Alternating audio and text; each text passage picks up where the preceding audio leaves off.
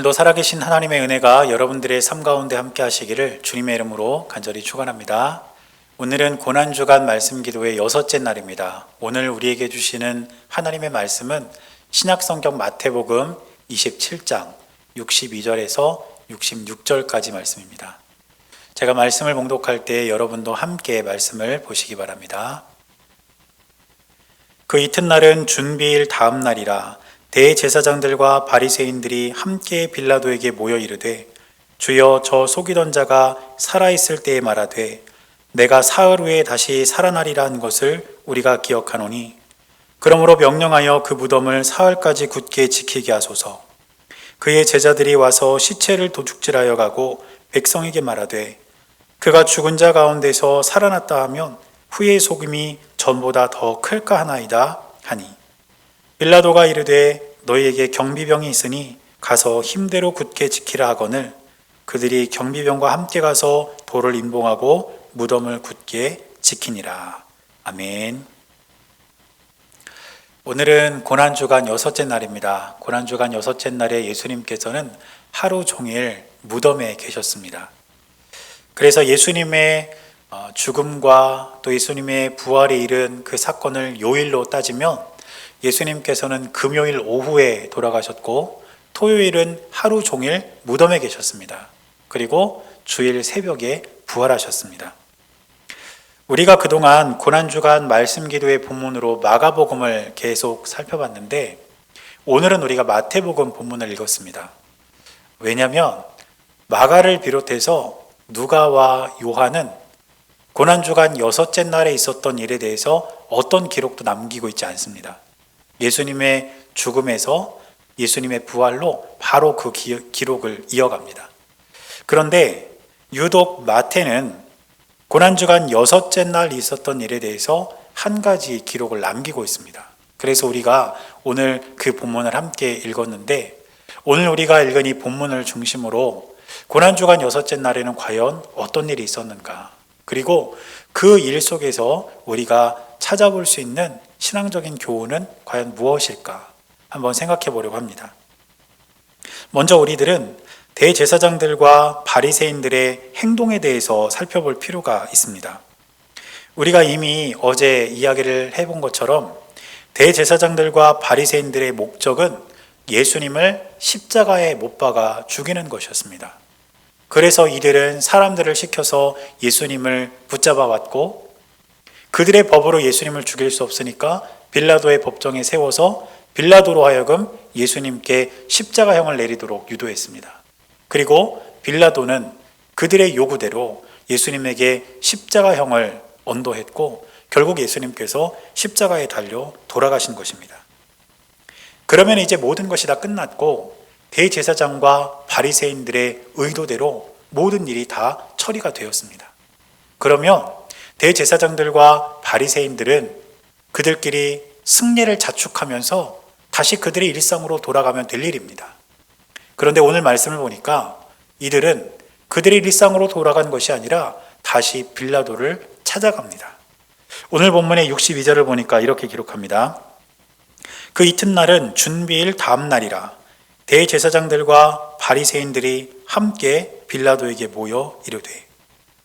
지금 대제사장들과 바리새인들은 다시 빌라도를 찾아갔고 빌라도에게 무엇인가를 요청하고 있는 것을 알 수가 있습니다. 그들이 요청한 것은 무엇일까요? 그들은 예수님의 무덤을 지켜줄 것을 요청하고 있습니다. 오늘 본문의 64절을 보니까 이렇게 기록하고 있습니다. 그러므로 명령하여 그 무덤을 사흘까지 굳게 지키게 하소서. 그의 제자들이 와서 시체를 도둑질하여 가고 백성에게 말하되 그가 죽은 자 가운데서 살아났다 하면 후의 속임이 전보다 더 클까 하나이다 하니. 지금 이들은 예수님의 무덤을 지켜달라고 빌라도에게 요청하고 있습니다. 이들이 예수님의 무덤을 지켜달라고 요청한 이유가 뭘까요? 생전에 예수님께서 사람들에게 하신 말씀 때문입니다. 예수님께서는 사람들에게 사흘 만에 다시 살아날 것을 말씀하셨습니다. 그래서 그 말씀을 들은 제자들이 예수님의 시체를 훔쳐간 뒤에 빈 무덤을 사람들에게 증거로 보여주면서 자 봐라. 예수님께서 생전에 말씀하신 것처럼 예수님이 살아나셨다. 무덤이 비어있지 않느냐. 이렇게 하게 된다면 다시 민심이 요동치게 될 것은 불보듯 뻔한 일이기 때문입니다. 그래서 이들은 빌라도를 찾아가서 그 무덤문을 굳게 지켜줄 것을 요청했던 것이죠. 이들에게 있어서 예수님이 실제로 부활하시든 아니면 제자들에 의해서 그런 소문이 나든 이런 일은 절대로 일어나서는 안 될 일이기 때문이었습니다.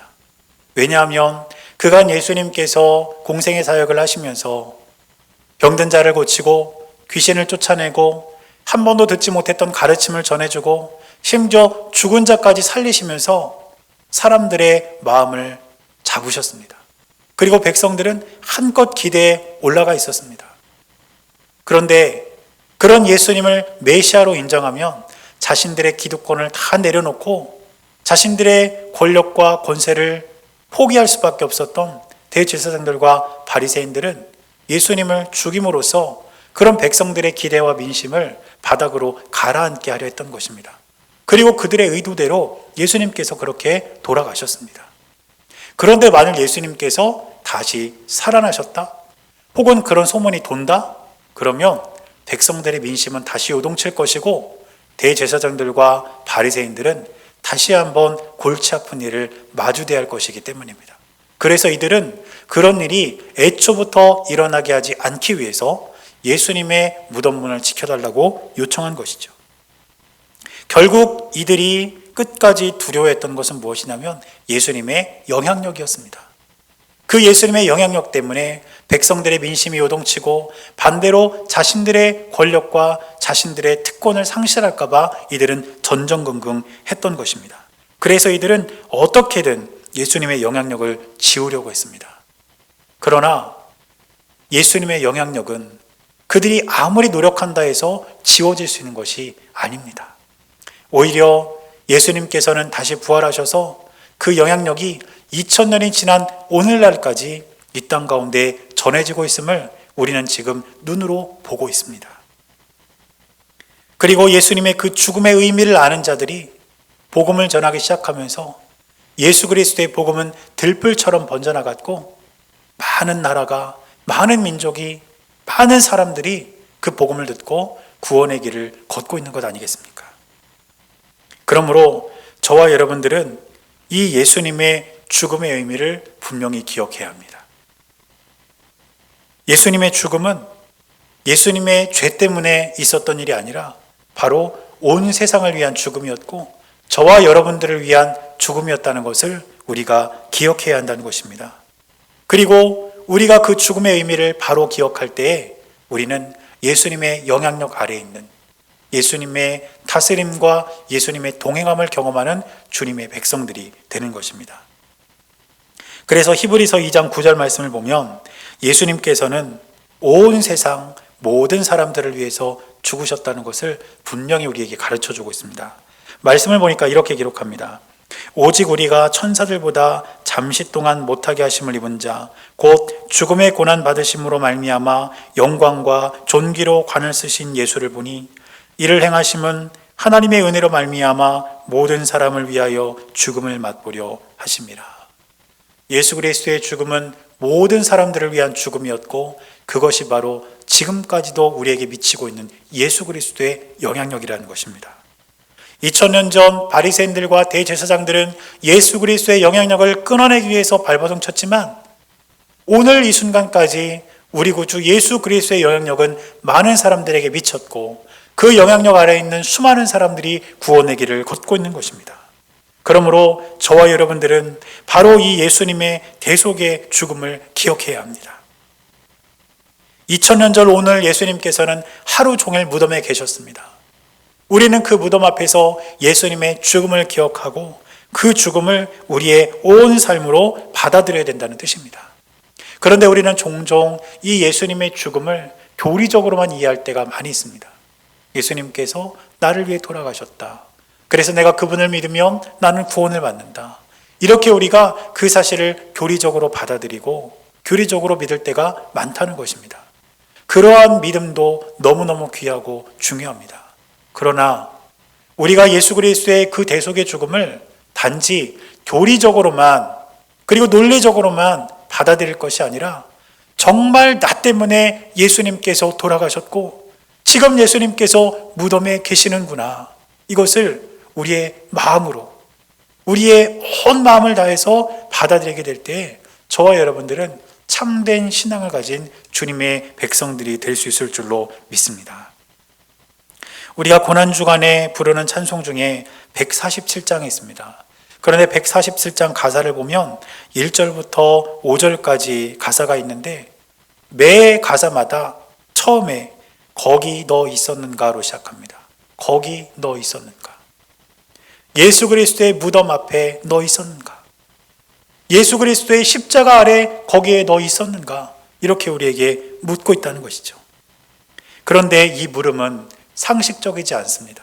왜냐하면 예수님의 십자가의 죽음과 우리는 공간적으로, 시간적으로 너무 멀리 떨어져 있기 때문입니다. 그렇다면 이 질문은 무엇을 뜻하는 것일까요? 이 질문은 너 때문에 무덤에 누워 계신 예수님을 기억하면서 너 때문에 죽으신 예수 그리스도의 그 죽음이 너에게 지금 느껴지느냐?